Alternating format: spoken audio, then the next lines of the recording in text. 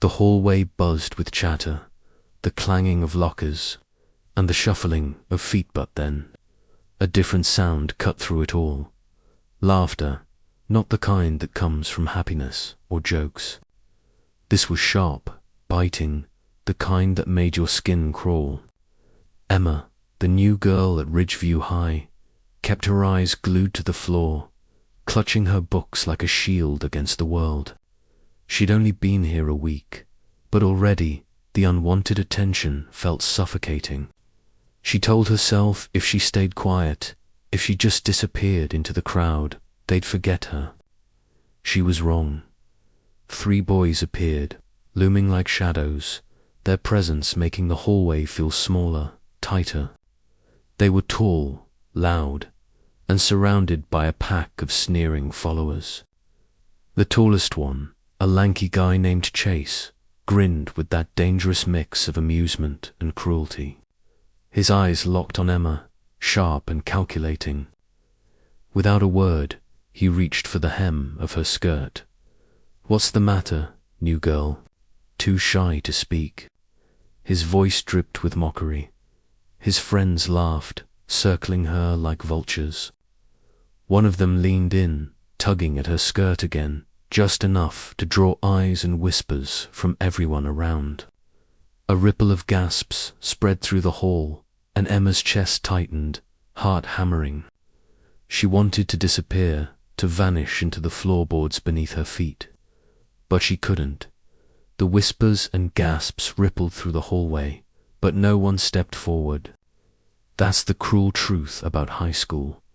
Most people watch, few dare to act. Emma froze, knuckles white around her books, the sting of humiliation spreading through her chest like fire. She had promised herself she'd stay invisible, that her old life, her past struggles, her old scars wouldn't follow her here.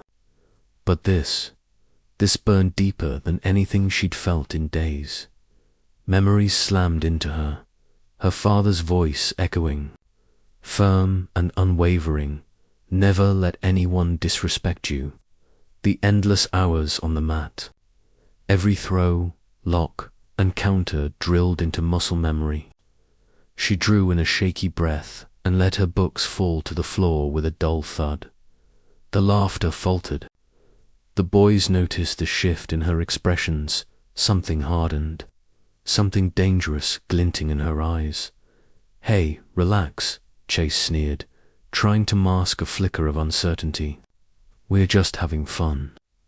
But in the blink of an eye, Emma moved. Her hand shot out, grabbing his wrist in a grip that was precise, practiced, unyielding. A sickening crack echoed as he yelped. Before anyone could react, another boy lunged at her. She sidestepped, grabbed his arm, and twisted it backward with a controlled force that sent him crashing to his knees. The third boy froze, shock and fear washing over him as the hallway seemed to hold its breath.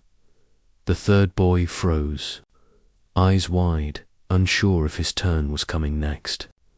The hallway fell into an almost eerie silence, broken only by the groans of the 2 boys still clutching their injured wrists. Emma didn't shout. She didn't threaten. She just straightened her skirt, lifted her books, and met their stunned gazes with a calm, unwavering voice.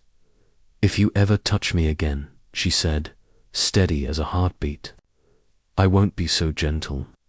Her tone wasn't anger, it was final, like a door slamming shut, leaving no room for argument, no way back. Then she turned and walked away, each step measured, confident, leaving a trail of stunned students behind her.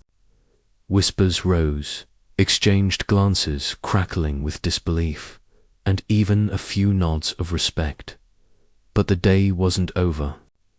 By lunchtime, the story had traveled through the halls, classrooms, and cafeteria, growing with each retelling. Some called her a hero. Others labeled her dangerous, a ticking time bomb. The teachers exchanged uneasy looks, and before long, The principal summoned her to the office. Emma sat across from him, heart hammering against her ribs. She knew that even standing up for herself, even defending what was right, could still have consequences. The weight of that reality pressed down on her, but so did a new fire. But Emma didn't flinch as she told the principal exactly what had happened. He listened in silence, eyes thoughtful, fingers steepled on his desk. After a long pause, he let out a slow sigh.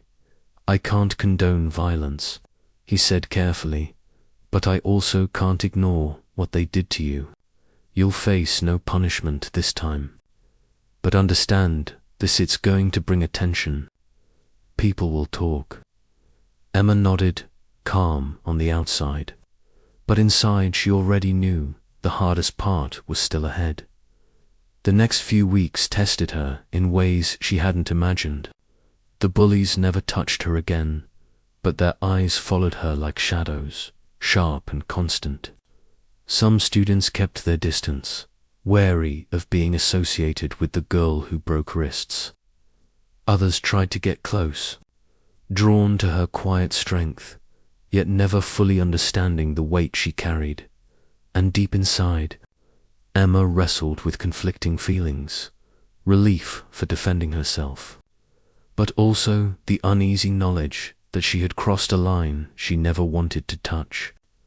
Her challenge wasn't just the bullies anymore. It was finding balanced discipline over rage, control over fear. Years of martial arts had taught her more than self-defense. They had taught her respect, restraint, and true strength. Her father's words echoed, "Real strength isn't hurting others. It's protecting yourself." And those who can't protect themselves. One afternoon, she overheard a smaller freshman cornered in the locker room, eyes wide with fear. Emma didn't hesitate. This time, she didn't need to strike. She stepped in, her presence alone enough to make the bullies pause. "Walk away," she said, low but firm.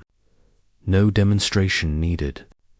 The younger girl's relieved smile that day hit Emma harder than any victory over her tormentors ever could. By the end of the year, Emma's reputation had transformed. She wasn't just the girl who fought back. She was the girl who stood up, who protected, who inspired. Students sought her out not to see strength for intimidation, but for guidance, comfort, and courage. She had faced humiliation, isolation, and the threat of being an outcast, and turned it into something powerful, something good. Her message, quiet but unwavering, was simple. Strength is knowing you can fight, but choosing to protect. And in the halls of Ridgeview High, no one ever dared touch Emma's skirt again.